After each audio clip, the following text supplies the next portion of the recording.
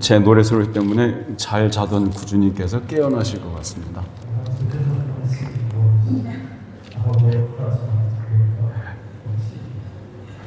자, 소리가 잘 들리십니까? 모두에게?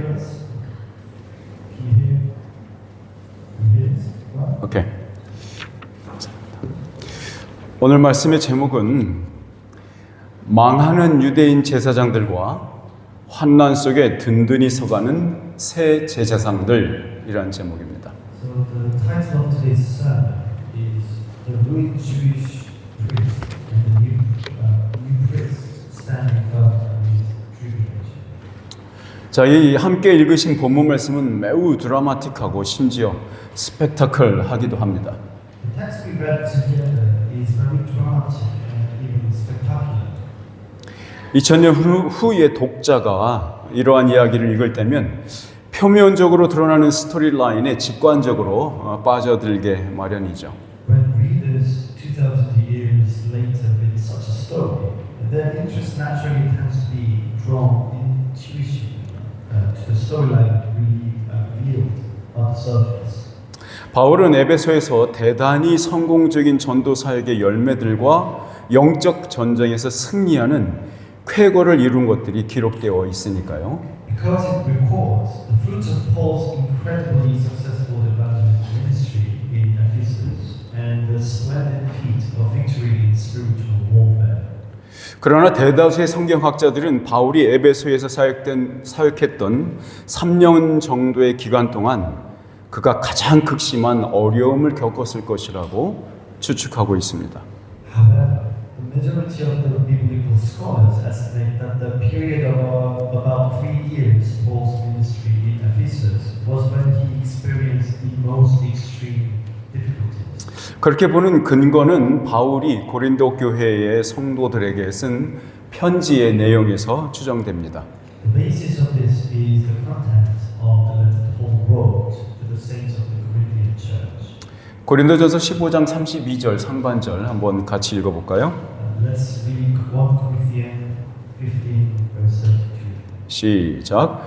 내가 사람의 방법으로 에베소에서 맹수와 더불어 싸웠다면 내게 무슨 유익이 있으리요? 여기서 맹수라는 표현은요, 바울이 에베소 성도들에게 쓴 편지로 설명되고 있습니다. Here, the expression wild beast is explained by the letter Paul wrote to the Ephesian saints. 이것은 은유적인 표현입니다. This is metaphorical expression. 그러니까 대단히 상대하기 어렵고 끈질기고 악한 대적자를 묘사하는 언어이죠. It is language describing an adversary who is incredibly difficult to deal with, resistant and evil. 요한계시록에서 매우 빈번하게 사용되고 있는 용어입니다. It is a term used very frequently in the book of Revelation. 그러니까 이게 맹수라는 표현 속에 묵시적인 현실 인식과 함께 도저히 감당하기 어려웠던 그 버거웠던 원수들의 그 공격의 강도가 얼마나 강했었는지도 담고 있는 겁니다. So the expression wild beast contains an apocalyptic perception of reality, as well as how strong the intensity of the enemy's attack was, which was simply too burdensome to bear. 바울은 이 에베소 교회의 형제들에게 보낸 편지에서 이 복음의 대적자들이 누구였는지 말해주고 있습니다. And Paul tells us who the enemy of the gospel were in the letter sent to the brothers of this Ephesian church. 네, 에베소서 2장 2절 볼까요? Should we read Ephesians chapter 2 verse 2? 시작. 그때에 너희는 그 가운데서 행하여 이 세상 풍조를 따르고 공중의 권세 잡은 자를 따랐으나 곧 지금 불순종의 아들들 가운데서 역사하는 영이라. 오늘 본문은 바로 이 불순종의 아들들 가운데서 역사하는 영과의 영적 전투를 기록한 역사적 사실입니다. So today's text is a historical fact, recording the spiritual battle against this very spirit who is at work in those who are disobedient. 바울이 가졌던 이 극심한 스트레스는 악한 영들과의 싸움에서만 온 것은 아니었어요. So Paul's extreme stress did not come only from fight against evil spirits. 바울은 에베소에서의 3년의 기간 동안 한 번도 에베소 교회로부터 월급을 받은 적이 없어요. It seems Paul never received a salary from Ephesian church during his 3 years ministry period in Ephesus. 네, 우리 사도행전 20장 33절에서 35절 말씀을 같이 읽어보겠습니다. Shall we look at Paul's work in recorded Acts chapter 20, verse 33 to 35? 시작. 내가 아무의 은이나 금이나 의복을 탐하지 아니하였고 여러분이 아는 바와 같이 이 손으로 나와 내 동행들이 쓰는 것을 충당하여 범사에 여러분에게 모본을 보여준 바와 같이 수고하여 약한 사람들을 돕고 또 주 예수께서 친히 말씀하신 바 주는 것이 받는 것보다 복이 있다 하심을 기억하여야 할지니라. 아멘. 바울은 에베소에서 3년간 사역하는 동안 매일처럼 육체 노동을 했습니다. So during his 3 years of ministry in Ephesus, Paul did physical labor every single day. 다른 성도들과 똑같이 아침 일찍부터 일하다가 해가 가장 뜨거운 정오부터 오후 몇 시간의 시간을 이용해서 말씀 사역에 매진하는 거죠. Just like other saints, he worked from early morning and then devoted himself to the ministry of the word, using the few hours from noon when the sun was hottest into the afternoon. 그렇게 말씀 교육이 끝나면 다시 일터로 가서 저녁 식사 전까지 일하기를 매일처럼 반복했습니다. And when the word education finished like that, he would go back to the workplace and work until dinner, repeating this every day. 이 역사를 기술했던 누가는 하나님의 나라가 어떻게 확장되어 갔는지에 더욱더 집중했던 것 같습니다. It seems Luke, who wrote this history, who wrote the history, focused more on how the kingdom of God expanded. 이것은 마치 우리들 모두가 스스로의 과거를 회상하는 방법과도 같아요. This is just the way we all call our own past. 우리는 기쁘고 영광스러웠던 찬란한 순간들을 묘사할 때 수많은 단어들을 사용하고 있죠. Because we use countless words when describing brilliant moments that were joyful and glorious of our past. 그렇지만 고통스럽고 고난했던 과거를 말할 때는 말이 짧아지는 것처럼 말이죠. However, when speaking of the past that was painful and full of suffering, words become short, just like that. 우리는 2025년 이 한 해의 마지막이 가까워오는 시기에 지난 일들을 돌아볼 때도 이렇게 합니다. So we do this too when looking back on past events at this time, as the end of the year 2025 draws near. 어쩌면 하나님께서 주시는 망각의 은혜가 아닐까요? Isn't it the grace of forgetfulness given by God? 우리가 이 한 편의 대서사와 같은 본문의 이야기를 대하면서 그 이면을 들여다볼 수 있으면 좋겠습니다. I hope we can look into the other side while facing the story of this text, which is like a great epic. 주 예수님께서 이 에베소에 왜 이렇게 특별한 은혜들을 부어 주셨는지 말입니다. That is why the Lord Jesus poured out such special grace upon this Ephesus. 그러니까 이 이야기가 강조하고 싶은 것이 무엇인지 알아야죠. So we need to know what this story wants to emphasize. 그래서 이 우리 인생의 스토리가 무엇을 높이는 이야기가 되어야 할지 말입니다. So what our life's story should become a story of exalting. 이 시간이 우리 모두에게 이 질문에 대한 주님의 응답이 되기를 바랍니다. I hope this time becomes the Lord's answer to this question for us all. 우리 모두 겸손히 낮아진 마음으로 주님의 말씀 앞에 서기를 주 예수 그리스도의 이름으로 축원합니다. I bless you in the name of the Lord Jesus, that we all stand before the Lord's word with humbly lowered hearts. 아멘. 자, 현대 사회는요, 다양한 직업군들로 구성되어 있지만 종교와의 연관성은 적습니다. So modern society is composed of diverse occupational groups, but the connection with religion is very small. 반면에 2000년 전 로마가 통치하던 유럽과 아시아 지역은 그렇지 않았습니다. On the other hand, the Europe and Asia region ruled by Rome 2,000 years ago were not like that. 당시에 많은 직업군들은 각 지역의 중심 역할을 했던 신전의 역할과 기능에 직접적으로 연관되어 있었습니다. So many occupational groups at the time were directly connected to the role or function of the temple, which played a central role in each region. 그러니까 마치 예루살렘 성전이 유대 사회의 경제를 떠받치고 있었던 구조처럼 말이죠. Just like the structure where the Jerusalem temple supported the economy of Jewish society. 당시 에베소에서 이득을 많이 남길 수 있었던 비즈니스는 당연히 아데미 신전과 관계된 사업이었습니다. The businesses that could give a lot of profit in Ephesus at the time was of course businesses related to the temple of Artemis. 그러니까 종교와 연관된 장사꾼들이 부자가 될 수 있었던 구조였죠. So it was a structure where merchants associated with religion could become rich. 그러니까 에베소 사람들의 관점에서 오늘 본문 이야기를 보면요, 이건 뭐 떼돈을 벌 수 있는 상황인 겁니다. Looking at today's text story from the perspective of the Ephesians, this is a situation where one could make a fortune. 소위 대박이 난 겁니다. So to speak, it is a jackpot. 이 흐름만 잘 타고 가도 엄청난 돈을 벌어들일 수 있는 거죠.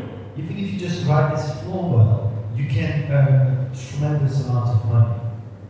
본문 첫 두 구절을 보시면 확인할 수 있습니다. You can confirm this if you look at the first two verses of the text. 사도행전 19장 11절에서 12절 같이 읽어볼까요? Acts 19, verse 11 to 12. 시작. 하나님이 바울의 손으로 놀라운 능력을 행하게 하시니 심지어 사람들이 바울의 몸에서 손수건이나 앞치마를 가져다가 병든 사람에게 얹으면 그 병이 떠나고 악귀도 나가더라. 사도행전 5장에 기록되어 있는 이 베드로 사도의 경우를 연상시켜주고 있는 구절이죠. It is a verse that reminds us of the case of the Apostle Peter recorded in Acts chapter 5. 베드로가 길거리를 지나갈 때에 그의 그림자에 닿는 것만으로 병에서 나음을 얻을 수 있었던 그런 케이스처럼 말이죠. Just like the case where people could be healed from sickness just by his shadow touching them when Peter passed by on the street. 이게 바울이 사용하던 손수건이나 앞치마는 이마에 흐르던 땀을 닦아내던 천 조각이었을 뿐이지만 누군가 그 천 조각을 병자에게 얹자 병도 나음을 입었을 뿐만 아니라 악귀로부터 자유로워지는 기적들이 일어난 겁니다. The handkerchiefs or apron Paul used were just pieces of cloth to wipe the sweat flowing on his forehead. But when someone placed those pieces of cloth on the sick, miracles happened. Where not only were illnesses healed, but they also became free from evil spirits. 이러한 기적들은 바울이 사역했던 모든 도시에서 일어난 것은 아니었습니다. These miracles did not happen in every city where Paul ministered. 지난번에 확인한 것처럼 에베소 교회는 단순히 이방인들의 도시에 세워진 교회들 중에 하나가 아니었습니다. As we confirmed last time, the Ephesian church was not simply one of those churches established in Gentile city. 오히려 예수님께서 승천하시기 전에 말씀하셨던 예루살렘과 유대와 사마리아와 땅끝까지 이르도록 주님의 교회가 세워질 것이라는 그 약속의 성취에 마지막 단추 역할을 하고 있는 거죠. Rather, it is playing the role of the final button in the fulfillment of the promises Jesus spoke before ascending. That the Lord's church would be built, reaching Jerusalem and Judea and Samaria, and to the end of the earth. 그러니까 모든 이방 교회들을 대표하는 교회로서 언급되고 있고 성령 세례의 묘사들이 그려지고 있다는 겁니다. So the point is that it is being mentioned as a church representing all Gentile churches, and the results of the Holy Spirit's baptism are being described. 적어도 이 아시아의 모든 교회들을 대표하는 이 에베소 교회에 이런 기적들이 부어졌습니다. At the very least, these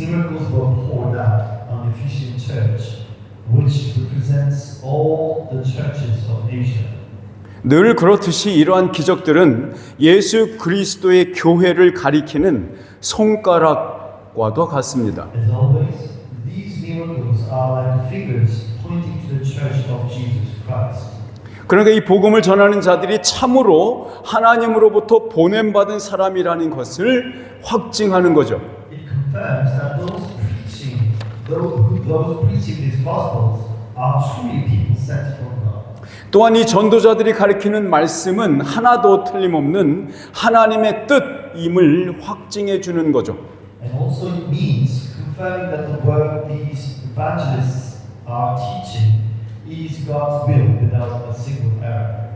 그러니까 유대인들의 사고방식에서 가장 끄트머리에 놓여있던 이방인들도 주 예수의 교회에 등록 교인이 되었다는 표징으로 이러한 기적들이 부어진 겁니다.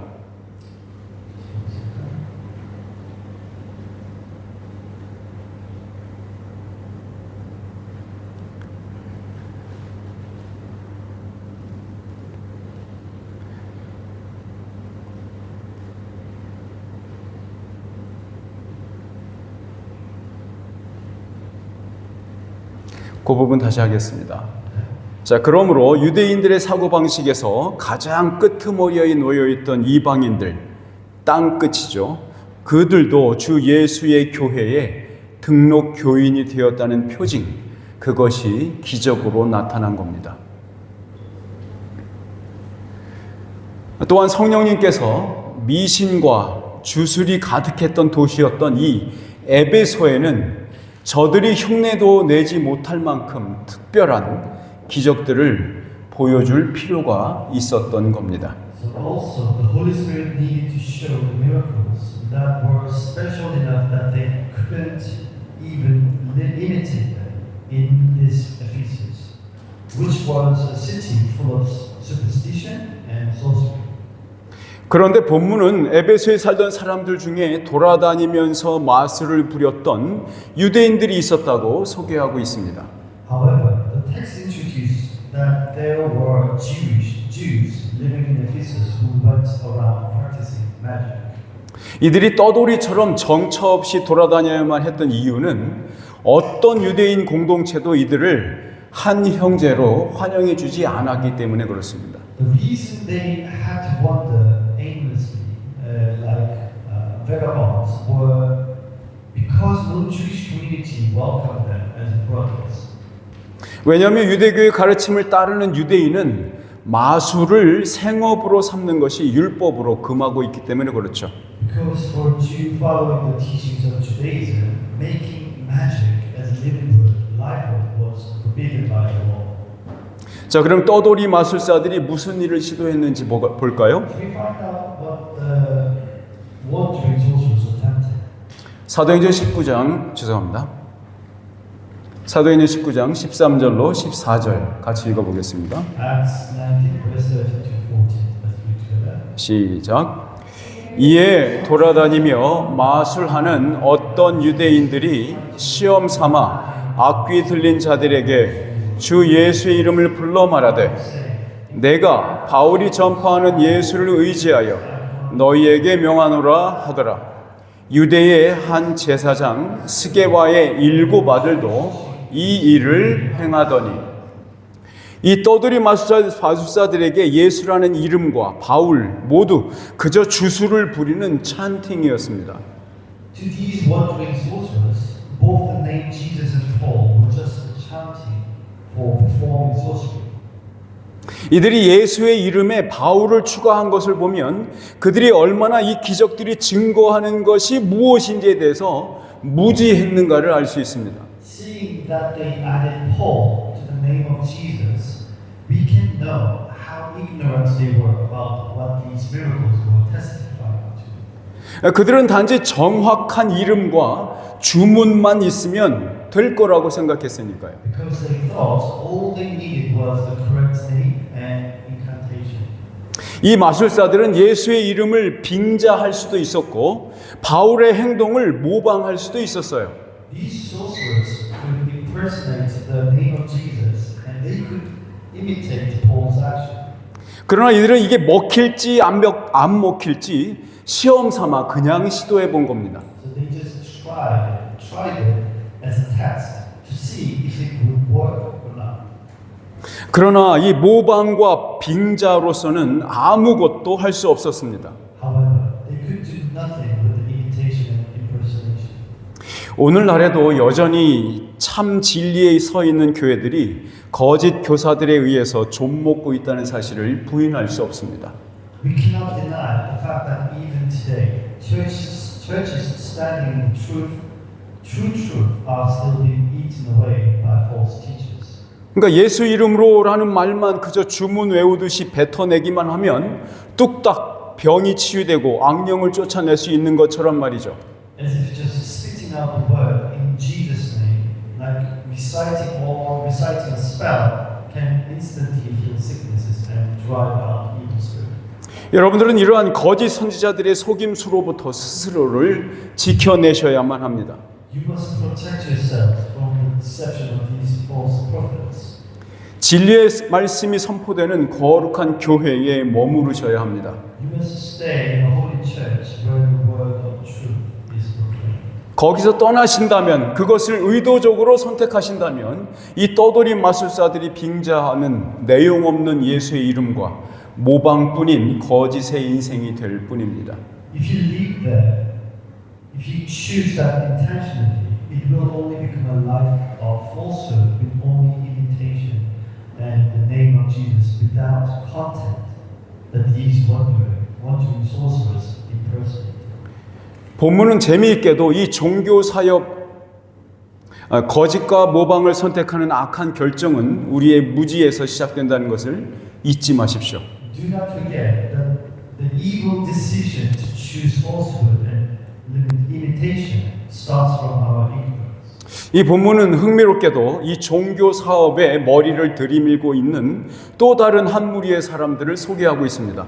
Interestingly, the text introduces another group of people sticking their heads into this religious business.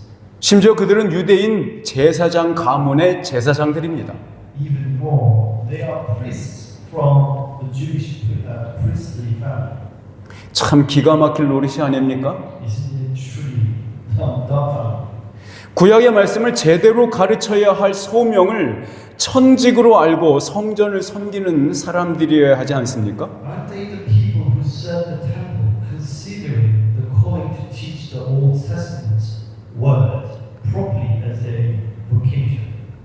도대체 제사장씩이나 되는 직분을 가진 사람들이 왜 이런 떠돌이 약장수와도 같은 사람들과 동업하려고 하는 걸까요? Why on earth are people holding a position as high as priests trying to partner with people like these wandering medicine peddlers? 당시에는 종교를 껴야만 돈을 벌 수 있는 사회였으니까요. Well, it was because at that time it was a society where you could only make money if you involved religion. 그러니까 이들의 사회적 신분은 유대인 제사장이었으나 더 이상 수입이 없게 된 상황이 되었던지 아니면 여전히 예수도 바울도 다 유대인이니까 자기들이 정통 유대인으로서 이 종교 사업의 기득권 내지 주도권을 차지할 수 있을 거라고 생각했는지도 모르겠습니다. So there's a social status of Jewish priests, but perhaps they were in a situation where they no longer had an income, or perhaps they thought that since Jesus and Paul were all Jews, they could take a vested rights of leadership of their religious business as Orthodox Jews. 저는 개인적으로 이 구절이 마치 누가의 유머 코드 같아요. Personally, I think this is a verse. This verse is like Luke's humor code. 저 일곱 아들이라는 말은 마치 스게와라는 제사장이 자랑스럽게 여기는 아들들이라는 뉘앙스를 갖고 있는 것처럼요. So like the phrase seven sons has announced that they are sons whom the priest named Sveka is proud of. 이 거듭난 신자들이 악령의 말에 귀를 기울일 필요도 이유도 없지만 누가는 여기서 악귀의 대답을 아주 자세하게 묘사해 주고 있습니다. There is no need or reason for born again believers to listen to the word of evil spirit. But Luke is describing the evil spirit's answer very detailedly here. 우리 사도행전 19장 15절에서 16절 같이 읽어보겠습니다. In Acts 19 verse 15 to 16. 네. 악귀가 대답하여 이르되 내가 예수도 알고 바울도 알거니와 너희는 누구냐 하며 악귀에 들린 사람이 그들에게 뛰어올라 눌러 이기니 그들이 상하여 벗은 몸으로 그 집에서 도망하는지라. 자, 우리들은 예수 그리스도의 진리의 말씀을 담지한 진리의 자녀들입니다. We are children of truth who carries the word of truth of Jesus Christ. 그러므로 예수의 입에서 나오는 그 말씀에 엄청난 무게와 무한한 신뢰를 갖습니다. Therefore, we place tremendous weight and infinite trust in the words coming from what Jesus is about. 반대로 거짓의 아비에게 속한 그 악귀 혹은 악령의 입에서 나오는 말을 곧대로 들을 필요는 전혀 없습니다. Conversely, there is no need to take literally the words coming from the mouth of an evil spirit or demon belonging to the father of lies. 마치 바울도 이러한 기적을 일으키는 힘인 것처럼 섞어서 말하는 교묘함이 보이죠. We can see a cognizance of mixing it up to say as if Paul is also the power causing these miracles. 어쨌든 이 악귀들이 떠돌이 마술사들과 유대인 제사장들에게 뛰어올라 눌러버립니다. Anyway, these evil spirits jumps on the wandering sorcerers and Jewish priests and overpower them. 그들 모두가 된통 얻어맞고 심하게 상한 것 같습니다. It seems they all got sound beating and were severely injured. 구약부터 신약까지 온 세상의 통치자이신 하나님은 사탄을 도구로 사용하시기도 하셨다는 예증들이 기록되어 있습니다. From the Old Testament to the New Testament, there are recorded illustration that God, the ruler of the whole world, sometimes used Satan as a tool. 그러므로 오늘 본문이 우리에게 그다지 이상할 필요는 없습니다. Therefore, there is no reason for today's text to be that strange to us. 하나님께서는 자신을 대적하고 자기의 백성들을 괴롭히는 악의 세력들을 이용하여서 또 다른 적대자들을 물리치게 하시는 분이죠. God is the one who uses the force of evil that opposes and torments His people to defeat other adversaries. 자신의 백성을 보호하실 뿐만 아니라 대적자들의 무리 안에서 서로 자중질환에 빠지게 해서 세력을 약하시게 만드는 분이죠. It is a strategy to not only protect His own people, but also to make the forces weak by causing internal strife within the group of adversaries. 우리 같은 신자들은 그런 모습을 보고 웃음을 터뜨릴 수밖에 없습니다. Believers cannot help but burst into laughter seeing such a sight. 한번 웃어볼까요? Shall we laugh? 하하하. 자, 구약의 아모스 선지자는 여호와의 큰 날을 예언했습니다. The Old Testament prophet Amos prophesies the great day of the Lord. 우리 아모스서 2장 16절 말씀 같이 보겠습니다. Shall we read Amos 2 verse 16? 시작. 용사 가운데 그 마음이 굳센 자도 그 날에는 벌거벗고 도망하리라. 여호와의 말씀이니라. 아모스는 하나님을 대적하는 자들이 심판날에 당할 그 부끄러움을 벌거벗은 수치라고 표현했습니다. Amos expressed the shame that those who oppose God will suffer on the day of judgment as naked shame. 하나님의 심판은 이 벌거벗은 영혼들을 긍휼히 여기지 않습니다. God's judgment does not have mercy on naked souls. 오늘 여러분의 영혼은 아무것도 걸치지 않은 나체와 같습니까? Today, is your soul like a naked body wearing nothing? 아니면 예수 그리스도의 의의 옷을 입고 계십니까? Or are you wearing the cloth of righteousness of Jesus Christ? 하나님 아버지의 불타는 시선이 꽂히는 타겟, 바로 여러분들은 예수 그리스도의 벌거벗은 십자가인 것입니다. 이 부분은 스크립트에 없는데 제가 넣었어요. So God's vision seeing you is the person who are naked, but it's the clothes that Jesus enclosed you. 예수 그리스도의 벌거벗음을 보고 계시다고요. You're looking at Jesus' body naked, 우리의 벌거벗음이 아니고요. not our nakedness. 이게 복음입니다. This is gospel. 떠돌이 마술사와 일곱 제사장들은 많은 사람들이 보는 앞에서 공개적으로 망신을 당합니다. The wandering sorcerers and seven priests are publicly humiliated in front of many people. 단순히 수치스러운 일을 당한 것뿐이 아닙니다. It's not just that they suffered something shameful. 그들은 자신들의 모든 비즈니스를 다 잃어버렸습니다. They all lost their businesses.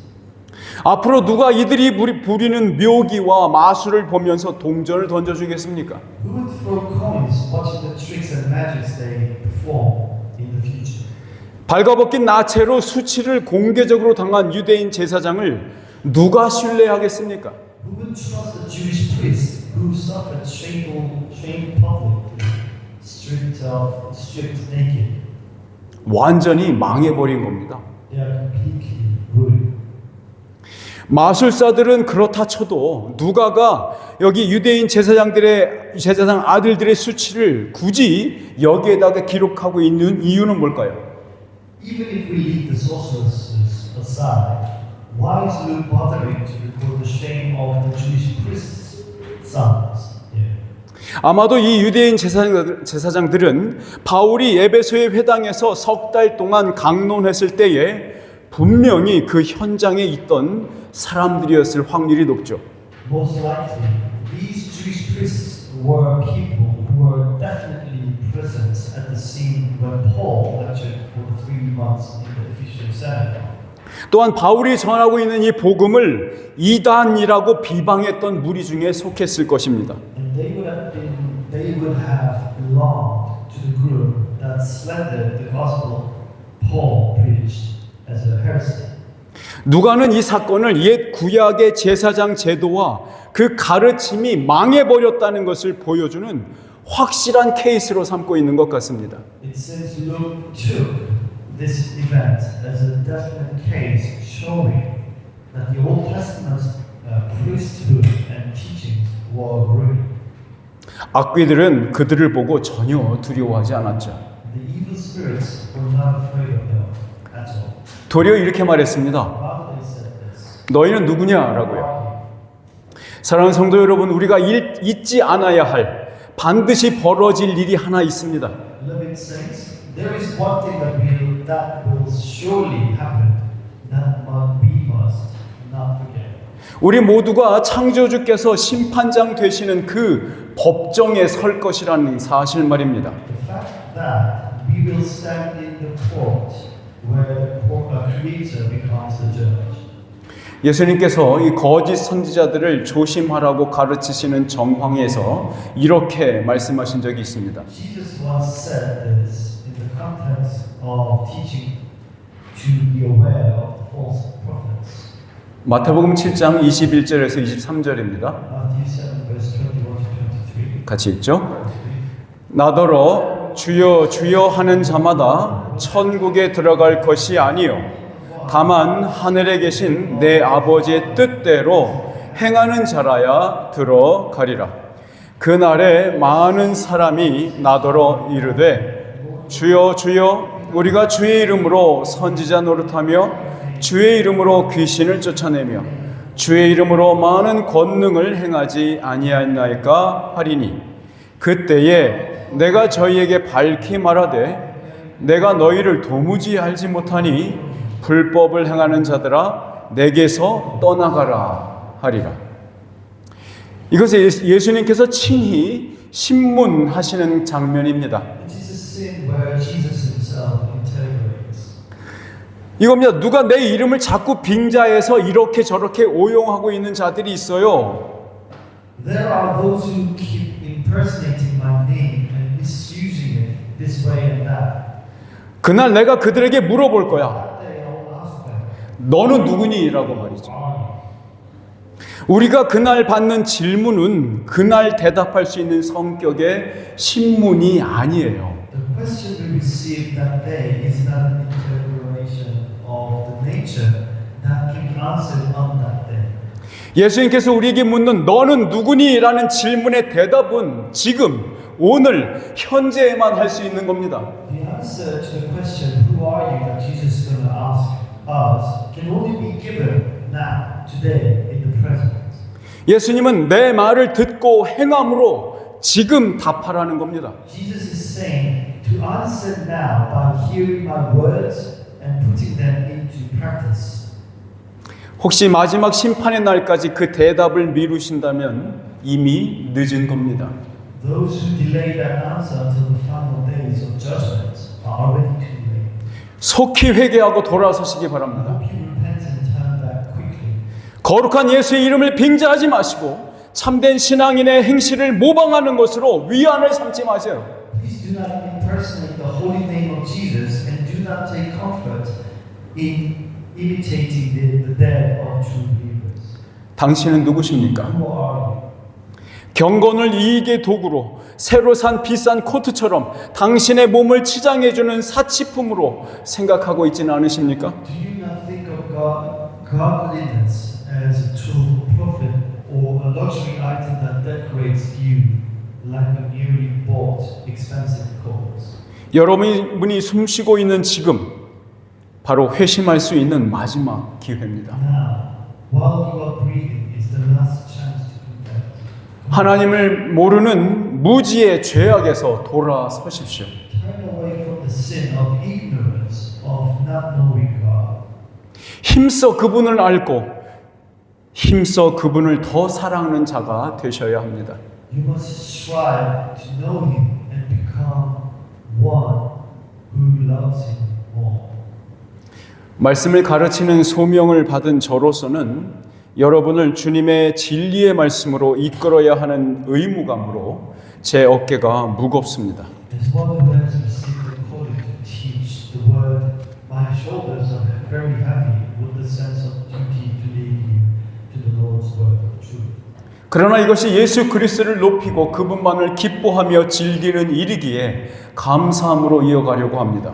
However, because this is a word that exalts Jesus Christ and rejoices in and enjoys Him alone, I intend to continue with gratitude.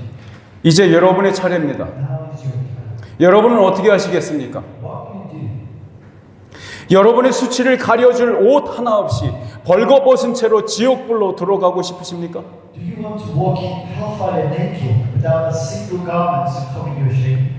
제발 부탁드립니다. 돌아서십시오. I beg you, turn back. 하나님의 주권에 순종함으로 그의 말씀대로 사십시오. Live according to His word by obeying God's sovereignty. 너는 누구니 하고 물으시는 그 만유의 주께 우리가 대답할 수 있는 것은 복음에 붙들린 삶뿐입니다. The only answer we can give to the Lord of all who ask, who are you, is a life captivated by the gospel. 우리 모두가 한 사람도 빠짐없이 그날 하나님의 나라에서 만날 수 있기를 바랍니다. I hope that all of us, without a single person missing here, can meet in the kingdom of God on that day. 본문은 이 사건이 있은 후에 에베소에서 어떤 일이 일어났는지 보여주고 있어요. Text shows that what happened in Ephesus after these events. 우리 사도행전 19장 17절에서 19절 말씀 같이 읽어보겠습니다. Acts 19, verse 17 to 19. 시작. 에베소에 사는 유대인과 헬라인들이 다 이 일을 알고 두려워하며 주 예수의 이름을 높이고 믿은 사람들이 많이 와서 자복하여 행한 일을 알리며 또 마술을 행하던 많은 사람이 그 책을 모아가지고 와서 모든 사람 앞에서 불사르니 그 책 값을 계산한 즉 은 5만이나 되더라. They calculated the value of the scrolls, total came to 50,000. 에베소 사람들 대부분은 이 사건의 전말을 상세하게 들었습니다. Most of the Ephesians heard the full story of this event in detail. 요지는 예수의 이름이 다른 모든 것들을 눌러서 압도했다는 겁니다. The point is that the name of Jesus suppressed and overwhelmed everything else. 누가 진짜 센 분인지 알게 되었다는 겁니다. They came to know who the truly strong one is. 그러니까 개 중에 몇몇은 자기들도 이런 수치를 당하게 될까봐 전전긍긍하면서 두려워했습니다. Some of them were struggling with fear that they too might suffer such a shame. 그러니까 여전히 많은 사람들은 와, 예수가 진짜구나, 누구보다 세구나 라고 말하는 것뿐이었어요. Still, many people were just saying, wow, Jesus is real and stronger than anyone. 이 사건으로 믿음에 들어온 자들이 있었습니다. There were those who entered into faith through this event. 본문에는 주로 마술과 관련된 업종에 종사하던 사람들 중에 회심한 자들이 있었던 것으로 묘사하고 있죠. The text describes that among those who converted were mainly people engaged in magic-related businesses. 그러니까 불신자의 눈에는 그저 놀라운 기적으로 보이던 일이지만 이들에게는 예수를 믿게 하는 기적이 된 셈이죠. To the eyes of unbelievers, it was just seen as a surprising miracle. But for those people, it was a miracle that made them believe in Jesus. 이 구절들은 회심한 자들의 행위가 자세하게 묘사되어 있습니다. These verses describe the actions of the converted in detail. 자신들이 예전에 거짓과 속임으로 사람들을 현혹했던 일을 자세하게 실토하고 있죠. They confessed in detail the things that they had done to deceive people with lies and tricks in the past. 또한 자신들이 평생 동안 따르던 사고방식과 사업 방식의 기초가 되어주던 그 마술과 주문들이 적혀있던 책을 에베소 사람들 모든 사람들이 보는 데서 불살라 버렸습니다. Also, they burned books written with magics and spells, which had been the foundation of the mindsets and business methods they followed all their lives in front of all the people of Ephesus. 객관적이고 공개적인 돌아섬을 말하고 있는 겁니다. It speaks of an objective and public turning away. 사랑하는 여러분, Learning people. 여러분의 회심은 다른 사람들의 눈에 숨길 수 없는 것인가요? Is your conversion something that cannot be hidden from other people's eyes? 복음적인 회심은 공개적이고 객관적인 것입니다. Evangelical conversion is public and objective, 진리가 객관적인 것처럼 말입니다. just as the truth is objective. 우리를 돌아서게 하는 진리는 우리의 내부에서 나오는 어떤 것이 아닙니다. The truth that makes us turn is not something that comes from inside us. 순전히 우리 바깥에서 시작되고 우리 속으로 들어온 주권적인 행위의 결과입니다. It is purely the result of sovereign act that started outside of us and entered into us. 인간 누구도 그 진리를 만들지도 못하고 스스로 자기에게로 가지고 올 수도 없는 겁니다.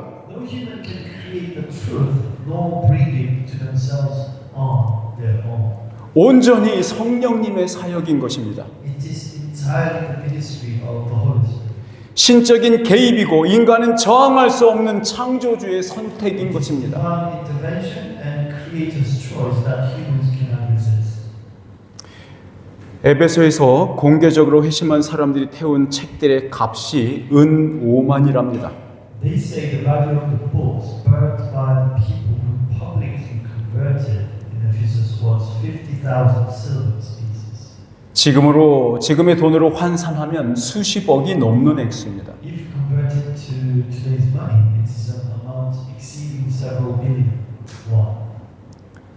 혹시 마음에 아깝다는 생각을 하시는 분은 없으시죠? Is there anyone who think in their heart that it is a waste? 당시에 공개적으로 책을 불태운다는 것은 그 책의 내용이 쓸데없는 것이고 앞으로는 절대적으로 이 책의 내용들을 부정하고 대적하겠다는 퍼포먼스입니다. Burning books publicly at the time was a performance stating that the contents of the book is useless and that from now on one would absolutely deny and oppose the contents of this book. 고대 그리스 사람들의 일상 속에는 주술적인 생각과 말과 행동들로 가득했습니다. The daily lives of ancient Greeks were full of superstitions, thoughts, words, and actions. 그 책들에는 누군가를 저주하는 방법, 또한 원하는 사람과 사랑에 빠지게 하는 주문들, 그리고 불운을 막기 위한 주문들로 가득했습니다. Those books were full of ways of curse someone, spells to make a desired person fall in love, and spells to prevent bad luck. 성도 여러분, Saints, 회개는 옛 사고방식을 불태우고 새 생명의 사고방식으로 채워가는 것입니다. repentance is burning the old mindset and filling up with the mindset of new life. 새 생명이 요구하는 사고방식은 무엇으로 알 수 있을까요? How can we know the mindset required by the new life? 우리 본문의 마지막 구절을 보겠습니다. Let's look at the last verse of the text. 19장 20절입니다. 19 to 20. 시작. 이와 같이 주의 말씀이 힘이 있어 흥왕하여 세력을 얻으니라. 이 구절을 원문의 순서대로 직역하면 이렇게 바꿀 수 있어요. If we translate this this verse directly in the order of original text, we can text it. 예, 다음 거로 올려주세요. 네, 없군요. 주의 힘에 의해 말씀이 계속 자라났고 강해졌다라고 읽을 수 있습니다. It can be read as by the Lord's power, the word continued to grow and became strong. 그러니까 주의 말씀이 주어로 표현된 것과 주의 힘에 의해가 주어가 되는 것에는 약간의 차이가 있을 수 있죠. So when the Lord's word is the main object or the power is the main object, it can be read differently. 이 책을 기록한 성령님께서는 누가의 손을 통해서 분명히 하고 싶었던 게 있으셨던 것 같습니다. I think the Holy Spirit who gave this word to Luke wanted to say something specifically. 그러니까 이 이야기의 시작은 바울의 손을 통해서 나타난 비상한 능력들이었죠. You know, these stories were something that spirits intervened and something weird happened, right? 그러나 누가는 그 원인을 주의 힘으로 말하고 있습니다. But Luke is saying the cause of all these is Lord's power. 또 그 결과로 자라나고 강해진 것이 바울의 사역이 아니라 말씀이었다고 강조하고 있죠. And in conclusion, and the result of those actions and those happening was growth of the word's gospel, Lord's gospel, but not the growth of Paul's ministry. 그러니까 주의 말씀을 자라나게 하고 강하고 굳건하게 하시려고 오늘 이 이야기가 있다는 겁니다. So therefore, today's story was written to amplify the gospel. 우리의 인생도 그러합니다. Our life is the same. 여러분에게 담겨진 예수 그리스도의 진리의 말씀을 자라나게 하고 굳건하게 하시려는 하나님의 의도, 하나님의 계획이 진행 중이라는 겁니다. It means that God's intention and plan to make the word of truth of Jesus Christ contained in you grow and become firm in this process. 그것이 어느 날 경험한 놀라운 기적과도 같은 일일 수도 있습니다. That might be something that a surprising miracle experience one day. 또한 무엇보다도 중요한 돌아서는 시간이기도 합니다. And also more important than anything, it is also a time of turning away. 바울이 에베소 교회 성도들에게 쓴 편지의 한 부분을 읽으면서 말씀을 마치겠습니다. I will conclude by reading a part of the letter Paul wrote to the saints of the Ephesian church. 모두 자리에서 일어나셔서 함께 읽겠습니다. 에베소서 4장 21절에서 25절입니다. Ephesians chapter 4 verse 21 to 25. 네. 진리가 예수 안에 있는 것 같이 너희가 참으로 그에게서 듣고 또한 그 안에서 가르침을 받았을진데 너희는 유혹의 욕심을 따라 썩어져가는 구습을 따르는 옛 사람을 벗어버리고 오직 너희의 심령이 새롭게 되어 하나님을 따라 의와 진리의 거룩함으로 지으심을 받은 새 사람을 입으라. 그런즉 거짓을 버리고 각각 그 이웃과 더불어 참된 것을 말하라. 이는 우리가 서로 지체가 됨이라. 여러분들은 하나님을 닮아 의와 진리로 거룩해진 새 사람들입니다. You are new people who have become holy in righteousness and truth, resembling God. 새 사람들은 늘 옛 것을 벗어버리려고 합니다. And new people always try to take off the old things. 그리고 언제나 새 옷을 입고자 하는 사람들입니다. And they are people who always want to put on a new clothes. 배우는 말씀대로 행하시는 축복이 한 해 내내 가득하시기를 주 예수 그리스도의 이름으로 축원합니다. I bless you in the name of the Lord Jesus, that the blessing of acting according to the word you learn may be full throughout the year. 아멘. 기도하겠습니다. 사랑의 많으신 아버지 하나님, 주의 사랑과 주의 은혜로 한 해를 돌보셨고 또 다른 새 날들을 다가오게 하심을 감사드립니다. 우리가 말씀 속에서 늘 의와 진리의 새 옷을, 그리스도의 옷을 입는 것을 즐거워하며 즐겨하며 계속해서 지속적으로 할 수 있도록 은혜를 허락하여 주옵소서. 옛 것을 벗어버리고 새 사람 되게 하시며 옛 제사장의 가르침들을 벗어버리고 새 제사장의 가르침을 듣도록 하게 하여 주옵소서. 예수님께서 신문하시는 그날 주님께서는 내가 명한 그대로 지킨 너에게 복이 있을지어다 라는 은혜가, 확신이 우리에게 답으로 들려지면 좋겠습니다. 아버지 하나님 함께 하시고 복 주시고 은혜로 힘입어 주시옵소서. 예수 그리스도 이름으로 기도드리옵나이다. 아멘.